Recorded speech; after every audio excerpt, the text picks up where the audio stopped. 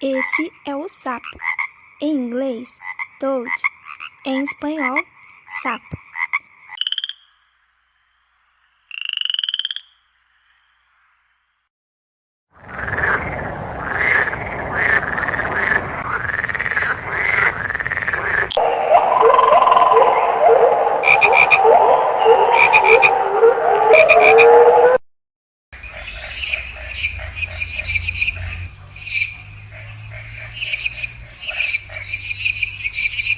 É a rã.